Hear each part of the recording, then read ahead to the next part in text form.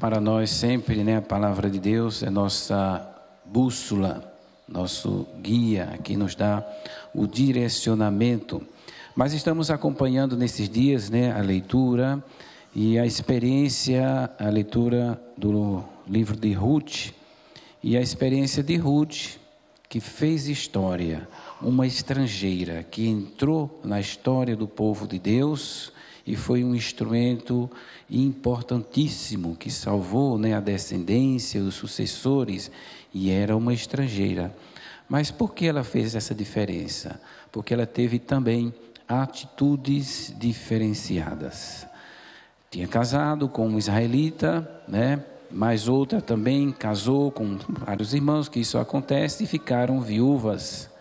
E era costume, quando ficar viúva, irem voltar para o seu povo, para o seu país. Só que ela percebeu que a sua sogra, perdeu os 2 filhos, ia ficar só. A outra disse: estou indo, tchau, e deixou. E Ruth olhou, e a Noemi disse assim: mas você também não vai? É seu direito, é tradição, é costume.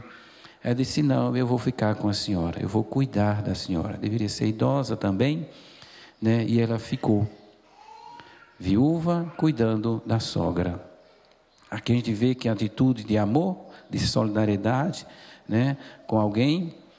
E foi essa atitude de solidariedade, vimos hoje na leitura como fez a diferença. Foi trabalhar, e foi vista, e foi, encontrou alguém do seu povo também que se encantou, por conta da sua história. Ele disse aqui, o boss, por conta da sua atitude, da sua história, eu te conheci, por isso eu quero ter você como minha esposa. Então a gente vê como a atitude de Ruth, e aqui a gente viu no final como através dela, de Boaz, veio a descendência, até Davi nasceu daí deste caminho.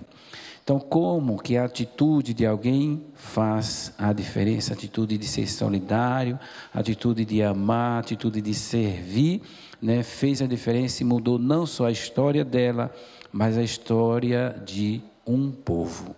Então Jesus no Evangelho, ele dá continuidade a esse pensamento, porque às vezes as pessoas ficam fixadas na lei, sabem interpretar bem, sabem traduzir bem, mas quando chega uma situação de necessidade, de solidariedade, e aí não é capaz, fica fixado.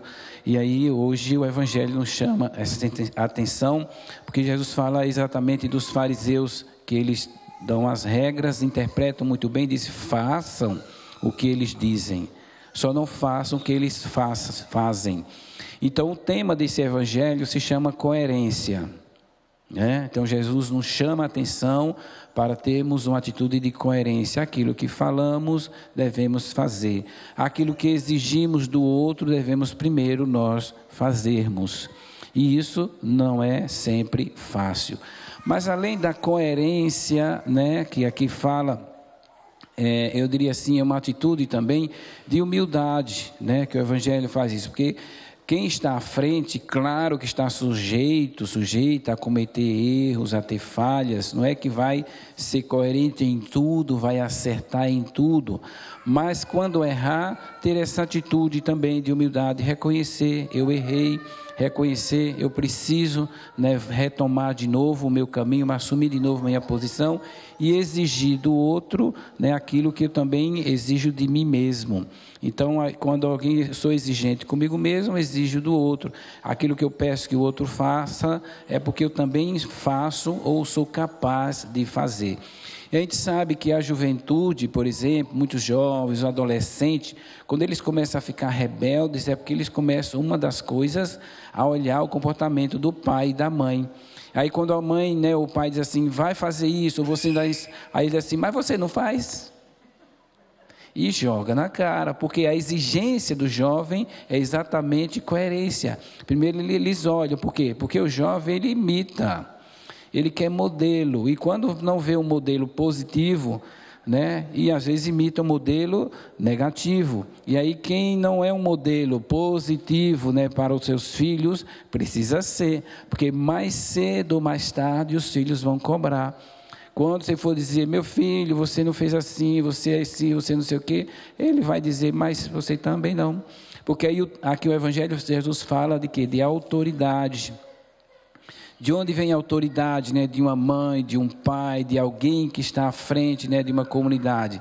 Vem da coerência de vida, né? Vem do modo de ser. Então, a autoridade não é o título, não é o cargo que ocupa, mas é o modo de ser. Então, Jesus, né, diz, entre vocês são todos irmãos e irmãs, antes de tudo. E a autoridade vem da vida, o respeito vem pelo seu jeito de ser, pela sua atitude, né? Então, o Evangelho, Jesus formou, né, a comunidade nesse sentido e pede de nós hoje isso, que a autoridade na comunidade cristã, ela venha antes de tudo, né, das ações, do modo de ser, da coerência. Então, esse é o nosso dever ser. Né? Quando não conseguimos reconhecer e dizer, quero recomeçar, pedir perdão, e isso também é uma atitude coerente, né? Mais difícil e às vezes causa revolta, né, nas pessoas, quando as pessoas percebem assim, fulano errou, sabe que errou, mas não reconhece seu erro, mas não assume seu erro, mas não tem a humildade de reconhecer, de se colocar de novo, né, de reconhecer diante dos outros. Então as pessoas não se importam quando alguém erra, né, quando alguém que está à frente, ou é um pai, uma mãe, ou uma liderança, ou uma referência, sabe que estamos todos sujeitos ao erro, mas muitos se revoltam quando erra e não assume, não reconhece, não tem a atitude de dizer sim, eu sou seu irmão antes de tudo, né, e eu errei, e agora vamos ver como vamos consertar esse erro, como vamos ajustar este erro. Mas vem na lembrança, claro, nós temos uma referência, né, na nossa igreja, o Papa Francisco, e ele demonstra isso para nós, porque ele fala, né, ele dá o direcionamento, e a gente vê que é uma autoridade que ele transmite, né, que vem da vida, vem da sua experiência, vem da sua vivência que ele teve durante toda a sua missão, né, durante todo o seu apostolado e agora diante do seu pontificado. E como foi um fenômeno, né, quem acompanhou, quem está nos acompanhando aqui, a Jornada Mundial da Juventude lá em Lisboa, Portugal, e como que quando ele falava, a gente via assim que ele falava com autoridade, que falava da vida, falava dessa coerência, das experiências que ele viveu, e a partir daí a gente via como os jovens ficavam encantados. Tem alguém cantando aqui, né? Vocês estão escutando aqui, quem está participando, um grito, porque aqui temos uma riqueza das crianças, né? Então é uma missa diferenciada também. Então a gente via como o Papa encantava os jovens, e encanta, por quê? Porque a fala dele parte da vida, parte da experiência, daquilo que ele realmente, né, vivenciou. Então essa é a proposta que a palavra, né, de hoje, o Evangelho de hoje nos propõe, não é isso? Né? E o Evangelho de hoje nos convida a ter paciência, talvez quer dar uma voltinha, pegar um ar fresco, faça isso com ela que ela vai ficar contente, né? Dá uma volta, isso, não? Tá bom então. Então vamos continuar a nossa reflexão, essa reflexão do Evangelho. Mas eu já partilhei no início da missa, nós estamos nesse tempo de celebrar os 40 anos, então a gente tem a chance também de visitar, né, as comunidades, celebrando nas regiões, aqui no Brasil, também no exterior. Então eu estive lá em Jaboatão dos Guararapes, em Recife, né, também quero assim agradecer, né, pela acolhida, pela irmandade, né, que realmente encontramos lá, a fazenda de Guarabira, na Paraíba, e todas as fazendas que se encontraram. Então a gente experimenta isso que o Evangelho nos fala hoje, somos todos irmãos, né? Aí quando eu visitei uma fazenda lá em Iracema, eu disse assim, olha, porque é distante, é quase perto da Venezuela, eu vim aqui visitar os meus parentes mais distantes, né? e sentir assim essa alegria, né, da comunidade local lá, porque já de fato a gente sente, somos de fato irmãos. Cada um, quando nós chegamos em cada Fazenda Esperança, em cada grupo de apoio, os nossos grupos de Esperança Viva, muitos grupos também, então toda essa irmandade, né, que a gente sente em vários lugares, né, e todo esse serviço que cada um realmente realiza em função do bem dos outros. Muitas experiências de acolher, de ir nas ruas, acolher as pessoas, de encaminhar a integração entre os grupos de apoio e as paróquias. Então, de fato, Deus, através do carisma, da esperança, junto, né, dentro da igreja, tem realizado um grande bem. Então, para mim, a Angelúcia que está aqui, que fomos juntos, né, foi contemplar, né, esta ação de Deus e confirmar isso que Jesus, né, está dizendo hoje: sejam irmãos antes de tudo, né? Não colocar em primeiro lugar, eu sou o responsável, né, eu sou o regional, eu sou, né, o presidente, eu sou isso, não. Eu sou, antes de tudo, irmão de vocês, e vocês são minhas irmãs, vocês são meus irmãos. Quando isso ocupa o primeiro lugar no nosso relacionamento, e isso se tem a presença do Mestre, que é o próprio Jesus. E aí, quando se tem a presença do próprio Jesus, Ele fala aos nossos corações, Ele ilumina nossas mentes e Ele faz com que a gente tenha a alegria de caminhar junto.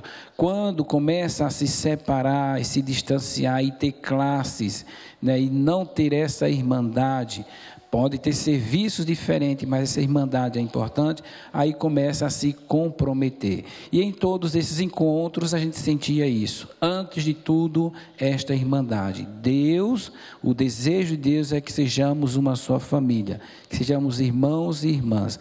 Quando as coisas começam a complicar, é que perdeu este sentido de irmandade, esse sentido de fraternidade, esse sentido, como o Papa Francisco fala, de proximidade.